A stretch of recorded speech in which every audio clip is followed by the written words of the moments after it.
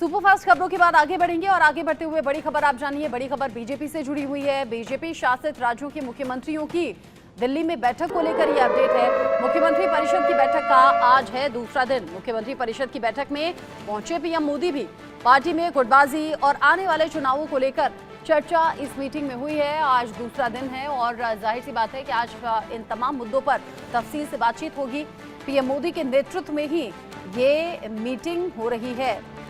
बड़ी खबर इस वक्त की, दिल्ली में आज मुख्यमंत्री परिषद के दूसरे दिन की बैठक। इससे पहले कल दिल्ली बीजेपी हेडक्वार्टर में पार्टी शासित राज्यों के मुख्यमंत्रियों और उप मुख्यमंत्रियों की बैठक हुई। बैठक में प्रधानमंत्री नरेंद्र मोदी, गृह मंत्री अमित शाह, पार्टी अध्यक्ष जेपी नड्डा और संगठन के प्रमुख नेता मौजूद रहे। बैठक में पार्टी में चल रही अंदरूनी गुटबाजी और इस साल 4 राज्यों महाराष्ट्र, हरियाणा, झारखंड और जम्मू कश्मीर में होने वाले विधानसभा चुनाव की रणनीति पर चर्चा हुई। हालांकि इसका कोई ऑफिशियल अपडेट नहीं आया। लोकसभा चुनाव के बाद ये पहली बड़ी बैठक है जिसमें बीजेपी के सभी मुख्यमंत्री मौजूद रहे। इस खबर को लेकर इंडिया न्यूज संवाददाता महिमा कटारिया ज्यादा अपडेट के साथ जुड़ गई हैं। महिमा, आज दूसरा दिन है इस मीटिंग का, खास तौर से अंतर कलह को दूर करना होगा आने वाले चुनावों की तैयारियों से पहले। रचना, बिल्कुल सही कहा आपने। आज दूसरा दिन है मंत्री परिषद की, यानी मुख्यमंत्री परिषद की बैठक का। इस समय भारतीय जनता पार्टी के कार्यालय में प्रधानमंत्री नरेंद्र मोदी पहुंच चुके हैं।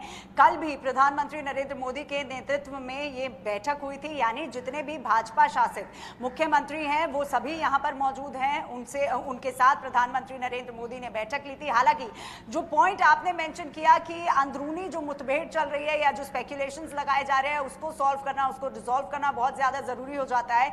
लेकिन अगर हम बात करते हैं कि मुख्यमंत्री परिषद की बैठक में तमाम क्या चीजें निकल के आएंगी, तो फ्लैगशिप प्रोग्राम, क्योंकि सबसे पहले कल जब प्रधानमंत्री नरेंद्र मोदी ने ये बैठक ली थी तो सभी मुख्यमंत्रियों ने उन्हें कांग्रेचुलेट किया था उनके तीसरे टर्म के लिए, यानी तीसरी बार प्रधानमंत्री नरेंद्र मोदी को प्रधानमंत्री बनने के लिए कांग्रेचुलेट किया गया था। और उसके बाद प्रधानमंत्री नरेंद्र मोदी ने सभी मुख्यमंत्रियों का मार्गदर्शन किया। हालांकि फ्लैगशिप प्रोग्राम की अगर हम बात करते हैं तो सभी मुख्यमंत्री अपने अपने स्टेट्स का प्रेजेंटेशन लेके आए कि राज्य में ऐसी कौन सी स्कीम्स है जिनसे लोगों को फायदा हो रहा है और साथ ही साथ केंद्र की कौन सी ऐसी स्कीम्स है जिनको राज्य में लाना चाहिए।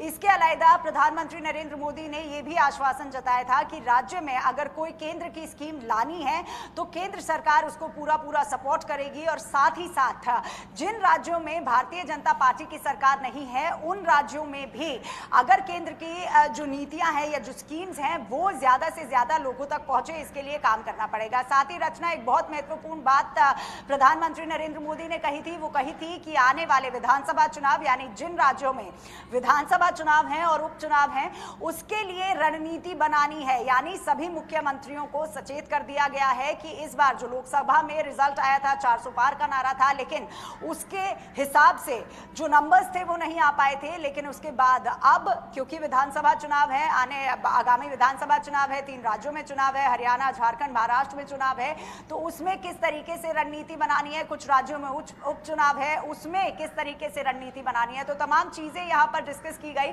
आज इस बैठक का दूसरा दिन है।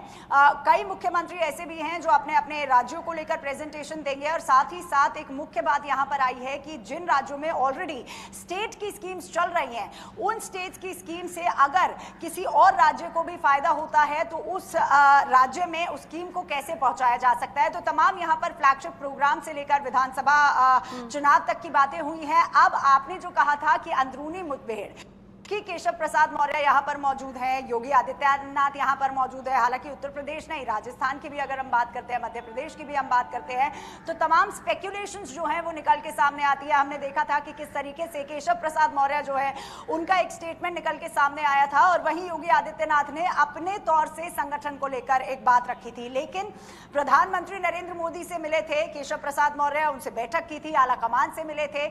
उसके बाद उस मुद्दे पर क्या यहाँ पर चर्चा होगी ये भी देखना देखना होगा, क्योंकि आज दूसरा दिन है, मन की बात भी यहाँ पर है, तो प्रधानमंत्री नरेंद्र मोदी आज सभी मुख्यमंत्रियों के साथ बैठकर मन की बात भी सुनेंगे। तो अब देखना होगा कि आखिर एंड में इस पूरी बैठक का, हालांकि ये रेगुलर एक्सरसाइज है, क्योंकि आपने कहा कि लोकसभा के बाद सबसे बड़ी बैठक हो रही है, हर लोकसभा चुनाव के बाद मुख्यमंत्री परिषद की बैठक होती है, आने वाली 5 साल की रचना देखी जाती है, और साथ ही साथ प्रधानमंत्री मोदी का स्वप्न यानी विकसित भारत का स्वप्न, 2047 का स्वप्न, ये इन सभी को लेकर, इन सभी मुख्य बिंदुओं को लेकर आज इस मीटिंग में डिस्कशन किया जाएगा। रचना, जिस तरीके से आपने इंपॉर्टेंट बातें बताई महिमा कि इन सभी मुद्दों पर बात होगी, अंतरकलह को दूर करना एक बड़ी चुनौती होगी, सिर्फ यूपी नहीं, सिर्फ केशव प्रसाद मौर्य नहीं, बल्कि अलग अलग राज्य, चाहे राजस्थान है, मध्य प्रदेश है, रह रहकर खबरें सामने आ रही हैं जो पार्टी के लिए सरदर्द साबित हो रही हैं। और हमने इससे पहले के चुनावों में भी देखा है, अब जो अंतरकलह पार्टी के भीतर होती है उसका सीधा सीधा सा असर चुनावों के रिजल्ट्स पर भी होता है। उन गलतियों को दोहराना नहीं है, गलतियों से सबक लेना है, ये सब कुछ इसी पार्टी में मंथन हो रहा होगा। कल हमने देखा भी है कि 2047 के विजन को लेकर जो खबरें निकलकर सामने आई, पीएम ने साफ कर दिया कि 2047 तक विकसित भारत का सपना, सभी राज्यों की भूमिका उसमें तय होनी चाहिए, सभी राज्यों का योगदान रहेगा, तभी ये सपना पूरा हो सकता है।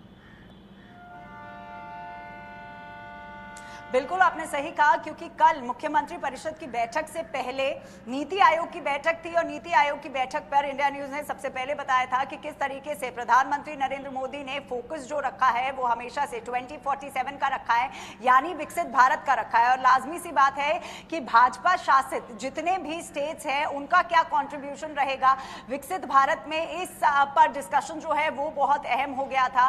साथ ही साथ आज रचना दूसरा दिन है, तो किस तरीके से, क्योंकि विधानसभा चुनाव है, हालांकि 5 साल में किस तरीके से सरकार क्या क्या काम करेगी, क्या क्या रणनीति बनाएगी, कौन सी स्कीम्स लाएगी, किससे स्टेट की डेवलपमेंट हो सकती है, और साथ ही साथ अगर स्टेट में ऑलरेडी कोई एग्जिस्टिंग स्कीम है जिससे फायदा हो सकता है भाजपा शासित किसी और स्टेट को, तो उसमें उस स्कीम को कैसे इंप्लीमेंट किया जाएगा, केंद्र सरकार की ऐसी कौन सी स्कीमें हैं जो अभी तक राज्य में इंप्लीमेंट नहीं हुई है। इन तमाम बातों पर, क्योंकि विकसित भारत का जो सपना है 2047 का, प्रधानमंत्री नरेंद्र मोदी ने लोकसभा में भी ये कहा था कि किस तरीके से विकसित भारत की जब हम बात करते हैं तो एक सपना निकल के आता है 2047 का, और उसमें सिर्फ मुख्यमंत्री नहीं बल्कि हर इंडिविजुअल को, हर सिटीजन को कंट्रीब्यूशन देना होगा, और तब जाके खास ये समय है बीजेपी के लिहाज से आने वाले चुनावों को लेकर भी फोकस रहने वाला है। पहले नीति आयोग की बैठक, फिर मुख्यमंत्री परिषद की बैठक, और आज दूसरा दिन ममता की नाराजगी भी इस बीच सुर्खियों में रही है। फिर उधर बाकी जो बीजेपी के लीडर्स हैं उन्हें एकजुट करना है, आगे फोकस करना है तैयारियों पर, और इन सब के साथ ही पीएम मोदी के नेतृत्व में आज खास दिन दूसरा। नजर आप बनाए रखिएगा महिमा, जो भी अपडेट होगा आगे आपके जरिए दर्शकों तक पहुंचाएंगे। अभी के लिए आपका